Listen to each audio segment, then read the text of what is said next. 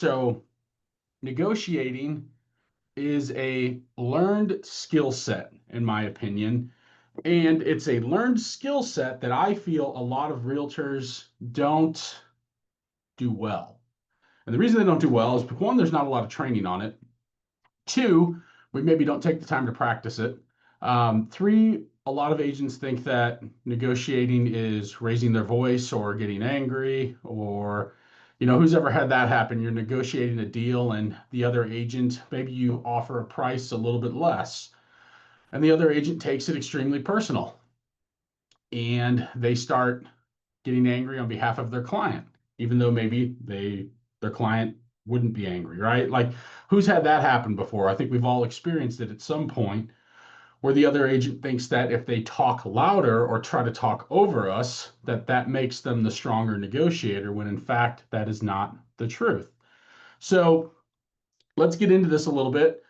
Negotiating is not listening to what they say, but finding out what they want. So keep that in mind. Negotiating is not listening to what they say, but finding out what they want.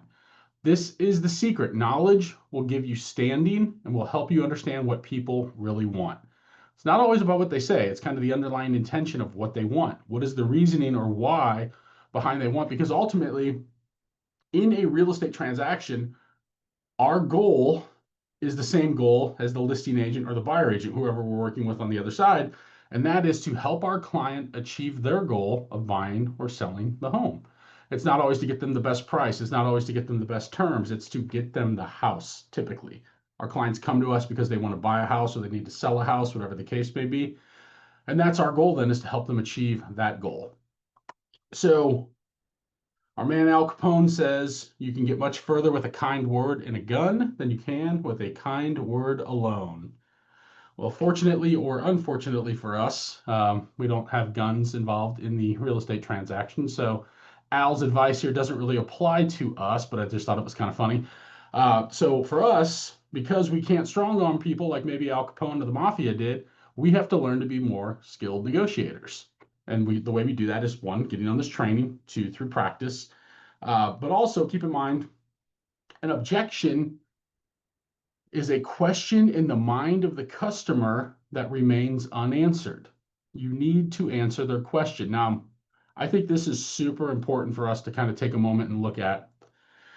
When you receive an objection from a buyer or a seller, and let's just say we're on a listing appointment and you get to the close of your listing and you say, "Are you ready to get started?"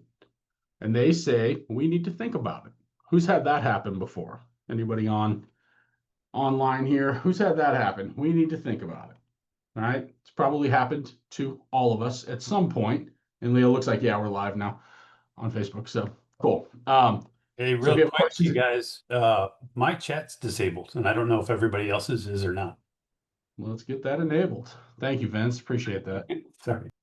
Yeah. So Vince, has anybody ever said to you, "Well, I got you here"?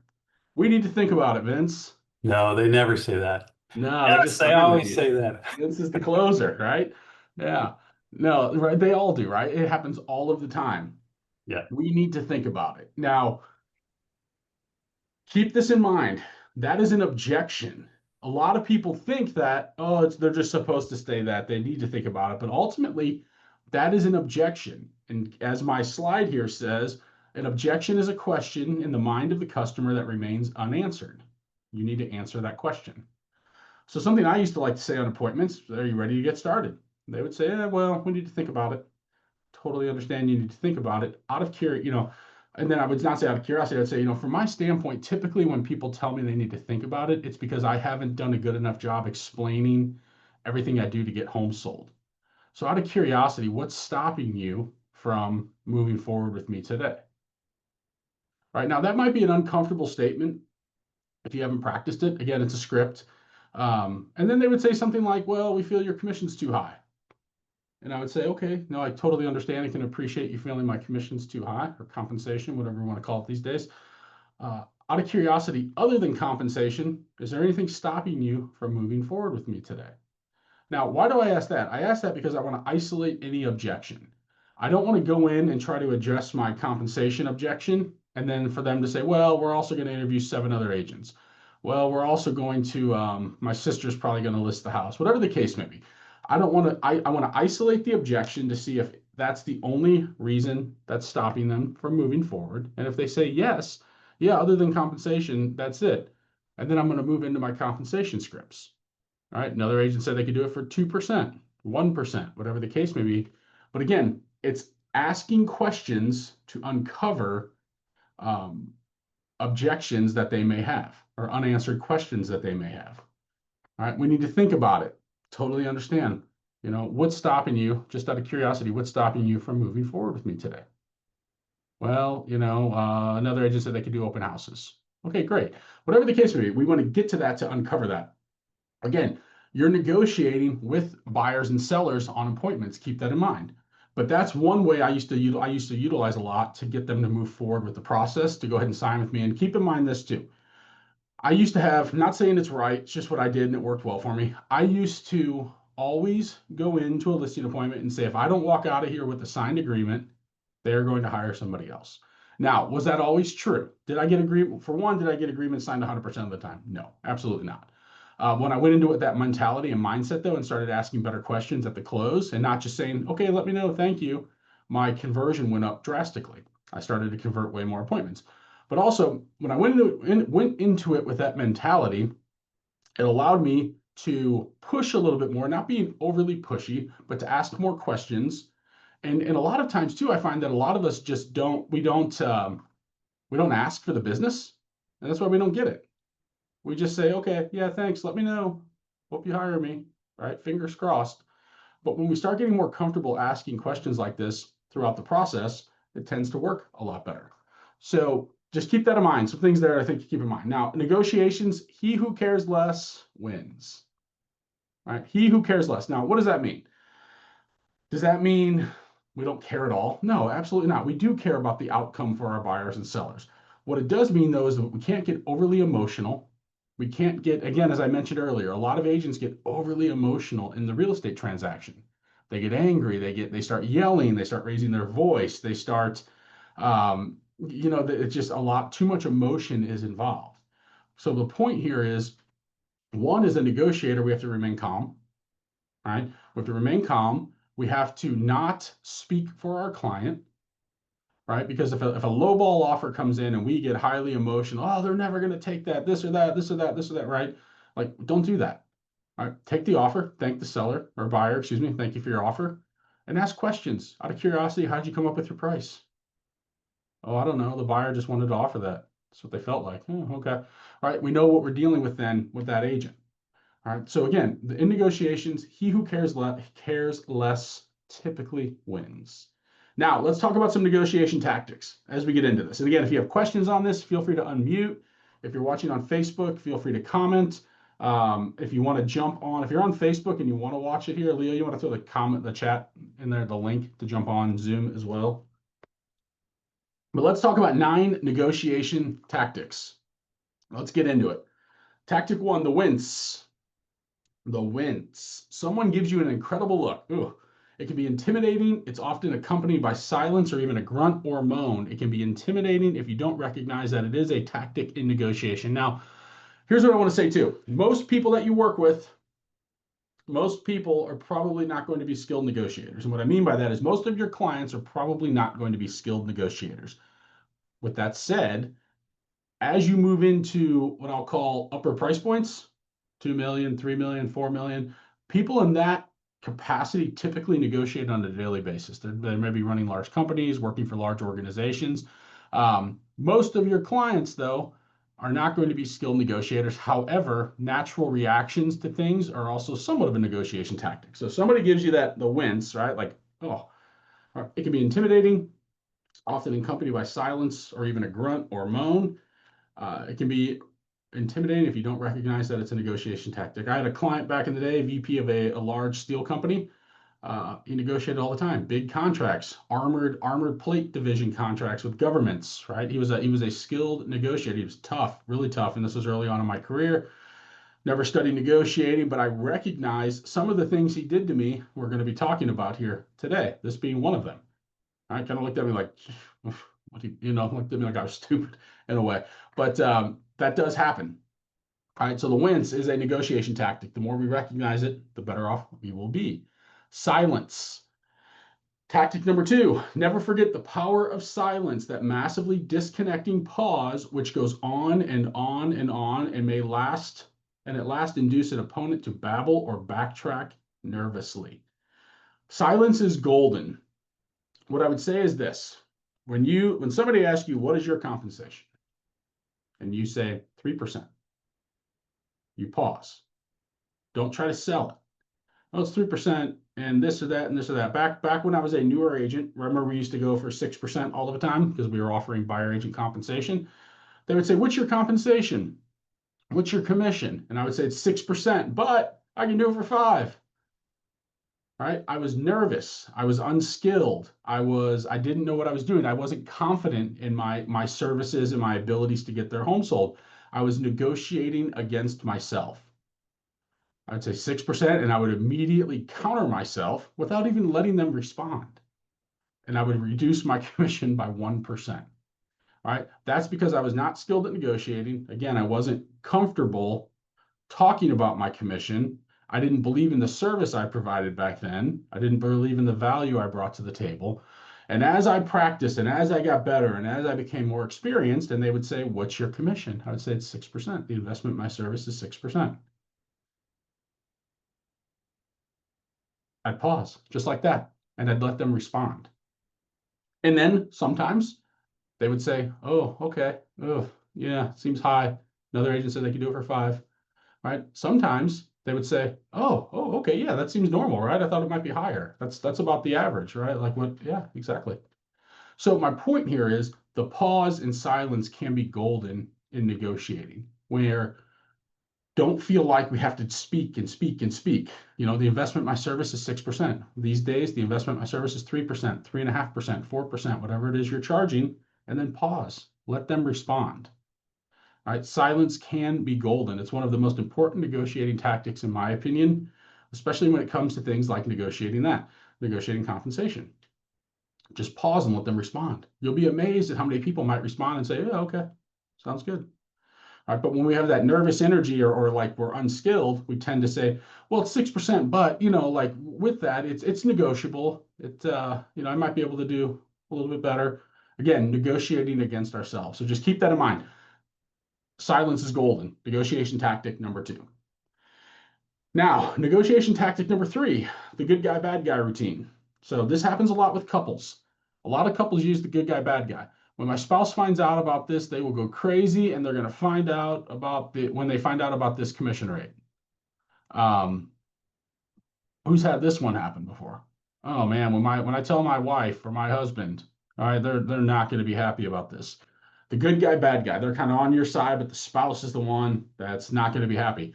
Recognize this for what it is. We see it all the time in real estate, especially when it involves couples. So what I would say to this too is make sure whoever the decision maker is in the relationship, because there is always one, whoever the decision maker is in the relationship, make sure you're speaking to that individual. We tend to figure this out fairly quick in the process, especially during the buyer consultation or listing presentation, excuse me. We tend to find out pretty quick who the decision maker is. That is the person we want to be negotiating with. If an offer comes in, we want to be speaking to that individual. Sometimes it's rare, sometimes it's both, but most of the time there's one driving the ship. So when that happens, make sure that's our point person. We don't want to be talking to the non-negotiator, non-decision maker, for them to go back to the decision maker and then us get secondhand information. Now, unless they say, let's just say, for instance, the wife's the decision maker, she's very busy with her job, whatever the case may be, and they say, no, just talk to the husband because he's more available, whatever the case may be, then honor that. But typically, in negotiation or in a transaction, there's somebody driving the ship, and that's the person you want to speak with. Now, negotiation 4, limited authority, aka blame the spouse. This is why when you are conducting a presentation or presenting an offer, you want to make sure all decision makers are there. There we go, right there. So as I just mentioned, decision makers. People who use this as a tactic love to have one person missing so they can have limited authority. I need to run this by my spouse before we make a decision. Again, going back to kind of tactic 3 and 4, run together. Super important, though, that we have all decision makers present and that we're speaking to the decision maker. Don't let them give the limited authority negotiation tactic where they say, well, yeah, I don't know, but I can't make that decision. I need to talk to my spouse. If that is the case, make sure they're both on the phone at the same time. Make sure you meet face to face. What I would say too is if you get an offer and it's low or you're into a tough negotiation, face to face works really, really well. Also, if you need a price adjustment on a listing, let's say you've got a listing that's been sitting out there for 30 days or so, it's been getting a lot of traction, no offers, they don't want to make an adjustment. A face-to-face sit down will go really, really far. So sitting down face to face, it's something that doesn't happen near as often as it used to. Back in the day before e-signature and that, back before e-signature, we used to do a lot of face to face because we had to get documents signed. So it was very normal. Now with e-signature, I understand how convenient it is. And what I would say is just to add in a little tip. If you're in a tough negotiation and you're having trouble coming to terms on an offer or you need a price adjustment, go see them face to face. Go sit down with them at the kitchen table. I understand it takes more time, but also it shows you care. They're less likely to be super tough or just quick to say, no, we're not taking that offer when the offer is presented in front of them. When you're sitting down with them, explaining it, asking questions, going back to reminding them about their why, as far as what their why was and why they're wanting to sell or buy a home, right? A lot of that can have a lot of power. So make sure, as a tip, if you're in a tough negotiation, go see them face to face. You don't have to do it every time. Some transactions are just easy, right? We know that. Some transactions are super simple. Offer comes in, good price, yep, take it. Inspections go well. We have other transactions that are a nightmare. So it makes us the tough ones. It make us appreciate the easy ones. But just keep that in mind. Face to face can work really, really well. Now, number 5, the red heron. It's kind of a funny word, but hey, this is when someone makes a low offer and they slip in a lot of things like furniture, artwork, etc. So they're coming in with already a low offer and they're asking for a lot of what I would call unreasonable terms as well. Keep in mind we have offer, we have price and terms. They're both equally important. The red herring is those other items that are meant to distract you from the offering price, which is low. When you get an offer like this, the most normal reaction is to be overwhelmed. I can't believe they want all of this stuff. All right, this is ridiculous. I can't believe it. Don't get discouraged. These are red herrings, and they are really focused on getting a great deal by bringing the number down low, by getting you to focus on all of the other stuff, and thinking that when focusing on getting rid of all the other stuff, you may concede on a low number that they offered.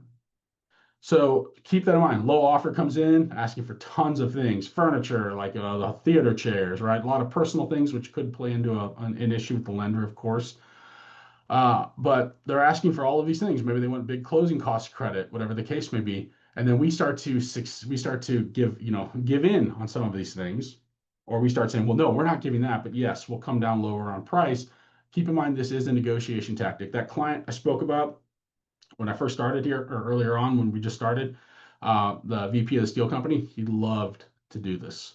It was like a sport for him, making ridiculously low offers and asking for really unrealistic terms.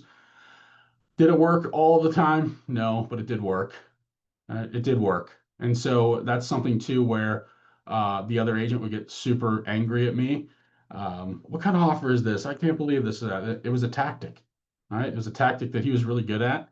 Now, keep in mind too, when he was making these offers, we were in a very strong buyer's market back in the day, where there was lots of inventory, but it does work. So just keep that in mind. If you get an offer like this, just know that it is a tactic. Now, are we going to be expert negotiators at the end of this? Absolutely not. My point today is to bring out some tactics that you can say, oh, yeah, you know what? This might be a strategy that they're utilizing. All right. So just to be more aware of the negotiation strategies that are out there. Hey, Mike. Number 6. Yeah, please.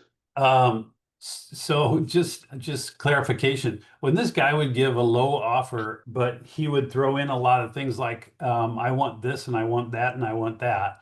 Um, Hmm. was the intention just that he would do that to get that price low and then basically sell off that stuff he asked for if he really didn't need it?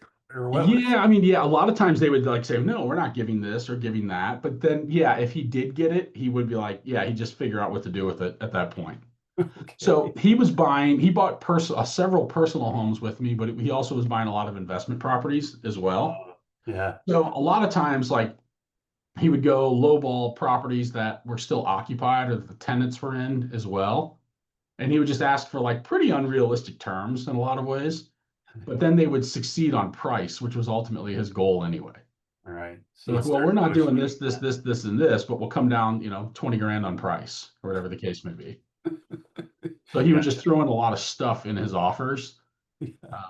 And he was tough. Like he was really tough to work with, honestly. He was a great guy. We partnered on real estate deals together and stuff, but he was not the easiest to work with by any means. Yeah. But also the thing with him though, like going back to the person that cares the least, he didn't care if he got it or not. Right, right, right. If he didn't I get could it, you just go see on to it. the next one. you know so he was somewhat of an extreme example, I would say, because a lot of people buying a home for their personal home, they Go they're out. not just going to say, yeah, if we get it, great. If not, like, they care, right? Right, They're like, no, this is right. our forever home, we love it, with him. But you are going to come across people, like investors, that it's not emotional whatsoever, it's just the Yeah, numbers. yeah, yeah. Yeah. Okay, thanks. Yeah, Suzanne says the red herring also occurs during inspection negotiations. Yeah, absolutely, Suzanne. 100%. Yeah, during inspections. Wow. Right? They can throw in tons of stuff. Keep that in mind. Inspections are back, right? We had the pleasure of not having to deal with a lot of inspections over the last handful of years. During the COVID years, we'll call it, where people were waiving inspections, waiving the ability to ask for things, so on and so forth. Inspections are 100% back now, and in my opinion, they're the toughest part of the real estate negotiation, because we know the inspector's job is to find things wrong with the property, and stuff's going to come up. And then some agents don't maybe set the standard or set the tone with their client that during inspections we're looking for big ticket items. Every house that we go into and look at, even new construction, the inspector will find things on those. So let's not be intimidated by the list of things that the inspector finds, but let's focus on things that maybe could have a large financial impact to you at some point in the future. Like if the roof's really bad or the sewer laterals collapse or something. But a lot of people will come in and ask for 100 different items, most of which are small little nitpicky type items. But again, to Suzanne's point, happens all the time. They ask for so much stuff. When you get an inspection notice and it says see addendum A, right, and it's a separate doc because they couldn't fit it all into the inspection paragraph, you got your work cut out for you. So definitely, yeah, appreciate you saying that, Suzanne. You're absolutely correct. Um, Negotiation tactic number 6, the trial balloon. This one I like, works well because you're not offering anything. What you're saying to the listing agent or the buyer agent, let's just say, if I can get my buyer to 500,000, would that work for you? Or would that work for your seller? All right, if I can get my seller to 600, would that work for you? You're throwing out an offer there without having anything in writing, with having anything set in stone. You're not committing that your client will go to that price, but you're asking. So instead of committing my buyer or seller to a position, we can use a trial balloon. That way, if it doesn't work out, they haven't committed to that position. So what does that mean? Just what I said. If I could, I'm not saying I can, but if I could get my client up 30,000, would your seller go for it? Huh? I don't know. Sometimes it could backfire in a way, and they'll say, "Well, put it in writing." Well, I'm just curious. I don't really want to go back and forth if we can't come to terms. Why don't you talk to your seller, see if they think that would work, and then we can go from there. Right? So the trial balloon is something where you're not submitting in writing necessarily, but you're just throwing out things that, hey, let's talk through this. Like again, keep in mind when you're working with the other agent, the goal is to help your clients come to an agreement to get their home sold or bought to move on to the next chapter in their life. So keep that in mind as we're working with other agents, we're working together. We're not in a sense like we're not enemies here. Let's figure this out. We both have a common goal to help our clients achieve their goal. Let's figure it out. Let's talk through this. So the trial balloon can be a good tactic. 7, lowballing. So again, this again, my client back in the day. Tactic, lowball, offensive, 25% or more off the sale price. He would have no reason to do it. He would just do it. So do it all the time. Now offer this, offer that. let's come in 50K under. So it's one of those things where it is a tactic. Keep that in mind. And are we seeing it a lot right now? Absolutely not, because of the limited inventory in most markets. But again, keep that in mind. It is a tactic, right? So sorry, I'm getting my screens moved along here. There we go. So I want to make sure I see comments. Um, these are the buyers that'll come in at 25% or more off the sale price. This is a figurative slap upside the head to the seller. When this happens, we need to advise our sellers to appreciate the offer and go back to the buyer and let them know we are very far off on price and we are coming back with a token counteroffer with 5K off the sale price, and we would appreciate a better offer from the buyer. So when this happens, you get a ridiculously low offer. Couple of things. One, I think we need to look at it and say, okay, my listing that's been sitting on the market, how long has it been on the market? How many showings have I had? How much activity have I had? How has the feedback been on the showings that I've received? And keep in mind, I love this statistic because it's extremely accurate. It's an NAR, National Association of Realtors statistic, but actually in my business over the last 20 years, it's very real in the listings that I would take. And what that is that if I'm on the market and I'm priced correctly, I'm going to get offers almost immediately. If I've got a good property, it's in great condition, it's priced to sell, somebody's going to make an offer on it. Now, if I'm sitting on the market and I have had a ton of activity, let's say I've had a showing a day for the last 2 weeks, that, in my opinion, is a lot of activity. I'm 4 to 6% off on price. Everyone's come to see it. Everyone says what a great house it is, not the right fit for my buyer. It's priced correctly. Thank you for letting me show. We get feedback like that all of the time. If they didn't make an offer, that means they didn't see enough value in the property to decide to wreck on it. So if I'm getting a lot of showings on my listing and I don't have an offer, I'm 4 to 6% off on price.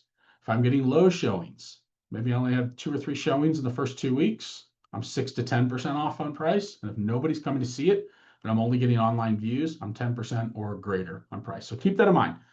Price correctly, selling right away, lots of activity, no offers, 4 to 6%. Low activity, 6 to 10%. Nobody come to see it, 10% or greater. Super important. It's in our listing presentation on a slide. Recommend you talk about that on your listing as well. But super important. But if I get a low ball offer, one, I need to first call the buyer and ask them how they came up with the price, or the buyer's agent. Hey, thank you for sending the offer. Out of curiosity, I'm getting ready to present this to my seller. I'm curious, you came in pretty low. What was your reasoning for coming in so low? I want to know that because I want to take that to my seller. And if they say, well, I don't know, it's just what they wanted to offer. It's been sitting on the market for 30 days and they thought, that they would make a low offer. So I want to get that information prior to going to my seller. And then I want my seller to counter. Right. So again, when this happens, we need to advise our sellers to appreciate the offer. Look, we've been on the market X amount of days. It's the only offer we've received so far. So it is good. We have an offer. We have something on the table to negotiate. Let's go back and not offer list price. Right? Because a lot of times people get offended. They'll counter them back at full price, counter them back even higher. That's happened too. Let's come off at least $5,000. $5,000 counter. And now we have our work cut out for us. We need to go talk to that agent again. Hey, we're coming back with 5,000 less as a counter, and we would appreciate it if you could give me a better offer. What do we need to do to make this work? So this works better than having your seller become offended and not counter at all, because that tends to happen a lot. Again, keep in mind, we need to keep the emotion out of it. And what I see happen to a lot of agents is that when their client gets emotional, they get emotional right with them. Right? Clients like, this is ridiculous. I can't believe this. This is a terrible offer. Counter them back at full price. Counter them back even higher than we're listed at. And the agent's like, yeah, you're right. I can't believe it. It's ridiculous. Blah, blah, blah, blah. They feed into that emotion and it makes everything worse. You as an agent, as a realtor or their advisor, right, you need to remain calm. You need to present facts. Doesn't mean you can't agree with them. Yeah, I totally get it. It is low. And with that said, it is an offer. We have an offer in hand. We should take it serious, even though I understand it's low. And let's figure out a price to counter them back at to keep the negotiation going. Your job is to stay calm, cool, and collected during negotiations, not feed into the emotion of the buyer and seller. That's the one difference, in my opinion, between commercial real estate and residential real estate. Commercial real estate is very non-emotional. It's very numbers driven, right? It's companies or organizations purchasing property for their business. The numbers have to make sense. where residential real estate is definitely a little bit more emotional. Nothing wrong with it. It's just the reality of the situation. This is a home people have invested their time, energy, and money into. This is a home they've raised their families in. This is a home that they've lived in for the last 20 years, right? It's definitely more emotional than commercial. But it's our job not to feed into that as their agent. It's our job to remain calm. All right, we're presenting facts. Doesn't mean we can't agree, but it's our job to remain calm. I think that's super important to keep in mind on because a lot of agents don't. A lot of agents get overly emotional when it comes to this. They get an inspection notice with addendum A and they immediately get upset or angry. All right, let's not. Let's stay calm and figure out a solution. I always say there's a solution to every problem. Let's figure out a way to make this work. So advise your clients that although this is not a good tactic, it is in fact a negotiation tactic and not to be offended. I think that's super important. You get a lowball offer, go to your client and say, look, this is just a tactic. It's a tactic buyers use to try to get a better deal. Let's not get offended. All right, it is an offer. Let's take it serious and let's at least go back with a counter offer to see if we can get them up on price. So lowballing is a tactic. Keep that in mind. All right, the bait and switch. This is a tactic you should never use. This is when the buyer gives an offer that is cash, no contingencies, 30-day close, clean offer. And after that, it gets accepted. The buyer agent comes back and says they're getting a loan. They say it's not contingent on the loan, but they've decided to finance. Now, the 30-day closing may be likely not to happen now. This happens a lot where it's a clean offer, but then they try to start adding stuff in after the fact. So in our sale contract, in the SLAR form anyway, it does say that you can finance any portion of the loan. Right. So this was just an example. It does say that, right? Even though it's cash, people will do that. People were doing that a lot during the COVID era years where they maybe had enough money to purchase it cash, but they were still intending on getting a loan. So they would send a proof of funds with their 401k or their IRA, enough cash in there to buy it, but they had no intention of utilizing that cash. They were always going to get a loan. It's the bait and switch in a lot of regards. It is a tactic. I don't think it's a tactic that I'm a fan of. I think being upfront and honest is always going to be the most important, but it does happen. But this can happen a lot where now all of a sudden they're like, oh, we need more time on closing or whatever the case may be. It just doesn't give a lot of trust and faith in the transaction, and it's not a good way to do it. But they start adding a lot of stuff after the fact.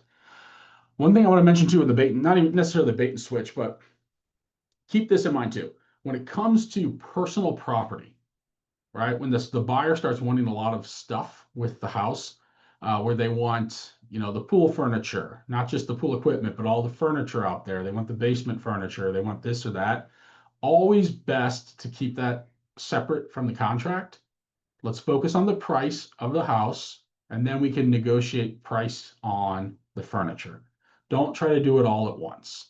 So just another little tip, negotiate the price. Let's get the house under contract, and then we can do a separate bill of sale with a negotiation between the seller and buyer to negotiate any kind of furniture cost and things of that nature. But again, the bait and switch happens a lot where now they start adding stuff after the fact, right? It happens during negotiations too. They say, well, here's all the negotiation stuff. Instead of this or that, give me a credit or give me all the furniture in the basement, give me all of the theater equipment, the pool equipment, whatever the case may be. It happens a lot. So just keep that in mind. Bait and switch does occur. And tactic number 9, the final tactic. Are you nuts? This is when people start screaming and yelling. It's a strange tactic, but it is a tactic. When you recognize it as a tactic, it's much easier to remain calm and let it roll off your back. I think this is a tactic used by people and they don't even know it's a tactic. It's not a good negotiation tactic by any means, but when people get upset or angry, it can be considered a tactic. The last sentence there, it's much easier to remain calm and let it roll off your back when you realize that it is a tactic. Also keep in mind, when the other agent gets upset and starts yelling, if you remain calm and you don't start yelling back, it often makes them look kind of stupid. I've had it happen many times. Agents screaming on the phone about something kind of ridiculous, screaming, all upset, blah, blah, blah, blah, blah, right? And they're screaming. Just let them. I just sit there and don't say anything. And then they stop and they're like, is he even there? Are you still there? Are you still there? Yeah, I'm here. Just want to let you finish. And now they feel kind of stupid. They're like, "Oh, why did I just go on this rant? He's not fighting back with me. He's not buying into my anger here."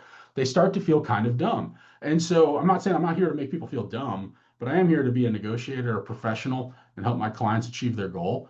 And so when somebody's screaming on the other end of the line, just stay calm. Let them scream.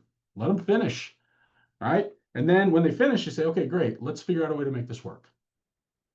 Right? So just keep that in mind. Yeah, Vince, he who cares less wins. Exactly. Absolutely. Don't buy into the emotion of the other realtor. Don't buy into the emotion of your client, right? Of course, this is going to be personal to them. It's their home.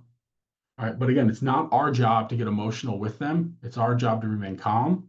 It's our job to present facts. It's our job to come up with solutions to make things work, not to get emotional with them and get angry and call the other agent all pissed off and start screaming at them. It doesn't work well. Right. So just keep that in mind. Negotiation tactic number 9, which is our final tactic, are you nuts, is considered a negotiation tactic. But the better you get, one, at recognizing these tactics, two, remaining calm in negotiations. I think that is the most important. And I've hit on it a lot. It's the most important part of negotiating is remaining calm. Right? It's our job to give information, present facts. It's not our house, right? At the end of the day, it's not our house. Let's not get emotional with the seller. Our job is to keep them at bay and keep them calm so that they can make an informed decision, not an emotional decision. So I hope this was helpful. That's all we've got there for, actually, no, I got a couple more things. So let me add into this the 5 simple steps for handling objections. Those are, if anybody has questions on those, though, feel free to let me know on the tactics. If you have questions on the tactics, unmute, let me know. Anybody have questions on any of the tactics before we get into our last 2 slides here? If you do, drop a comment or unmute and let me know. Okay, I have a Start quick off. question. Yeah, please. Um, so if it's a buyer situation, is the buyer, if what I try to do is get people in my car because I don't want people to talk in the house because of, Yeah, everything that's yeah. going on. And so I wonder if the buyer in the front seat is always the decision maker. What's your thought on that? I don't know. Yeah, that's a good point. No, I wouldn't say that's like a key, a key tell. I think that you typically like you can usually pick it up during the consultation. Who's asking more questions? Who's kind of giving more information? I think that's one of the ways you can really tell is you can figure out pretty quick who's driving the ship. I think you'll know if they're in their car with you. I think you're going to pick up on it pretty quick. They're sitting in the car like, well, that house was nice, but we really need this, this, this, and this. That's not going to work for us. And then the other person kind of agrees, yeah, yeah, you're right. Yeah. You can kind of tell who's kind of not necessarily the alpha, but kind of the driver in the relationship of who's driving the ship to make the decisions. So I don't know that I do agree with you though, Cindy. I think that getting them in your car is really good. You can build better rapport. Back in the day, people used to, before GPS, people used to get in our cars all of the time. It was a very normal thing where, we had MapQuest. It was terrible. It was horrible. But we would meet somewhere at a parking lot. They'd get in our car. We'd go look at 10 houses, whatever the case may be, get lost 5 or 6 times because MapQuest was, hard to follow. But they were in our car where you could build more rapport with people. So I think that's important. And to your point, Cindy, too, like not speaking in the house is really important too. People like to talk in the house about the offer they're going to make. There's cameras everywhere now. So they're talking on the front porch. There's a ring camera right there. The seller's listening to everything they say. Happens all of the time. So I think it's really important too not to be speaking in the house if you're thinking about making an offer. And then go get in the car, get away from the house, and then talk about it. So yeah, is that helpful, Cindy? Yeah, thanks. I was just curious if that was true or not, or if that was just, anyway, I was just curious what you thought. Thanks. Yeah, I don't think it's necessarily like the tell who's in the front seat, but could be, I guess. But I think a lot of it's through asking questions. You kind of figure it out. Yeah. Another thing I would say too is with that, I don't know if have we done a disc training in a while, Leo? Maybe we should do that one. Disc, Yeah, not DISC. in a while. Yeah, it's been a while. We'll throw one of those on the calendar. Disc training is personality, basically learning about people's personality types. the different DISC. The more you get, the better you get at recognizing people's personality styles as well, the better you can be at negotiating also. If I have a very high D personality person that is very quick to make decisions, quick to the point, doesn't like to talk a lot, and I'm sitting there trying to overwhelm them with data, things of that nature, I'm going to lose that person. So we'll get a disc training on there too, but that can be super helpful learning people's personality styles. You can pick up on people's personality styles over the phone. You can definitely do it in person as well, but it'll help from a negotiation perspective as well. But we'll look at that and see. I think it's been a while since we did a training on that. 5 simple steps to handling objections. As I mentioned earlier, pause. Silence is golden. Most people talk too much. Right? Most people in negotiating talk way too much. Pause. I used it in my commission objection handling. Investment in my service, 6%, 3%, whatever the case may be today. Pause. Don't negotiate against yourself. Right? Investment in my service is X%. Pause. Let them respond. And then go from there. Repeat and acknowledge the objection. Repeating and affirming, super important. Repeating and affirming. We need to get moved to no, that your compensation is too high. Totally understand you feel my compensation is too high, and then I'm going to isolate the objection. Other than my compensation, is there anything else that would stop you from working with me today? Nope, that's it. Another agent said they would do it for 2%. Fantastic. Deal with it. Then I'm going to handle it. I'm going to ask questions. I'm going to bring my value to the table. I'm going to show them my value. I'm going to deal with it. I'm going to close the deal. Are you ready to put me to work so we can get your home sold and get you into your new home in Florida? All right, Lake of the Ozarks, wherever they're moving. All right, close the deal. So keep that in mind. Pause. Silence is golden. Repeat and affirm back. Repeating and affirming back. If you don't do it, it's you're missing the boat there. What does that mean? It means if I'm asking Leo, if I'm going to ask you some questions, Leo, I'm not going to repeat and affirm. Hey, Leo, unmute. Leo, where are you planning on moving to? Florida. How soon do you want to be there? Tomorrow. What do you want to list your house at? Oh, wow. Does it feel like I'm interrogating you? Yeah. Yeah, exactly. Right. I'm not asking. It's not a conversation. It's me hammering him with questions. Now, Leo, where are you planning on moving to? Next year. Did you say No, when? where? Florida. Oh, Again. where?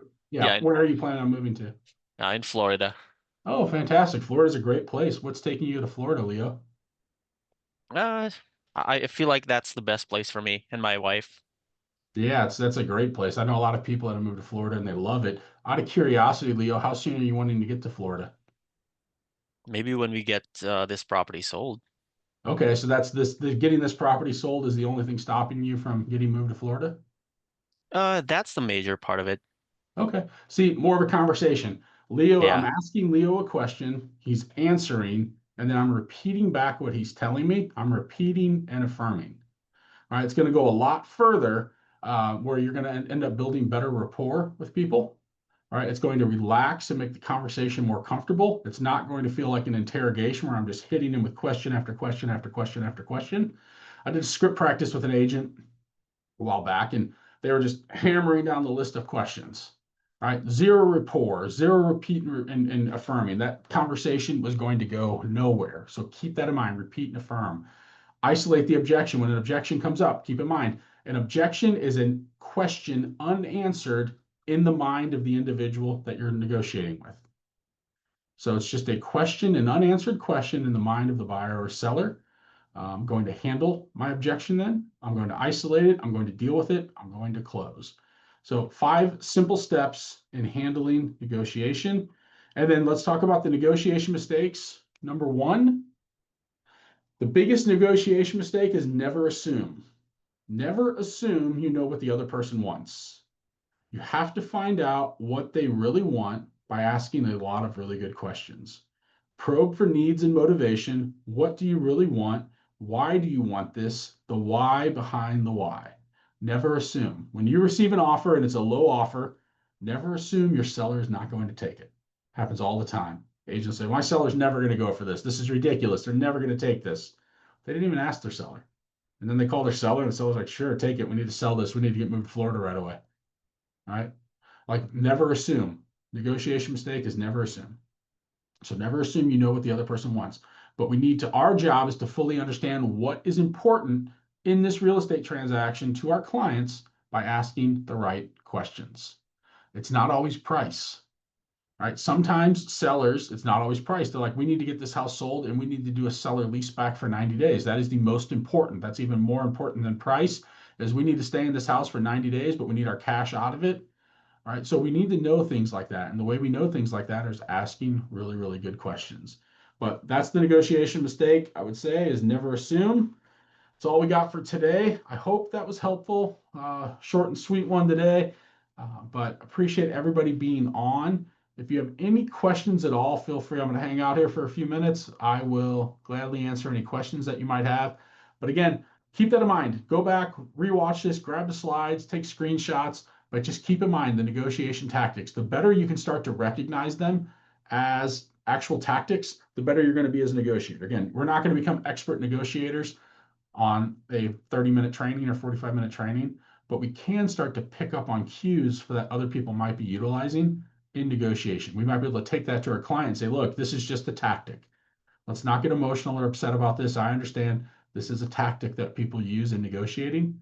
Let's go back and give a counter offer and see what we can do to get them up to a price that is good for you. So appreciate you all being here. That's all we got. If you have not done agent orientation, there's one today at 11. Make sure to jump on that. And other than that, that's all we got for today. Appreciate you all being here, and we'll talk soon. Thanks, everybody.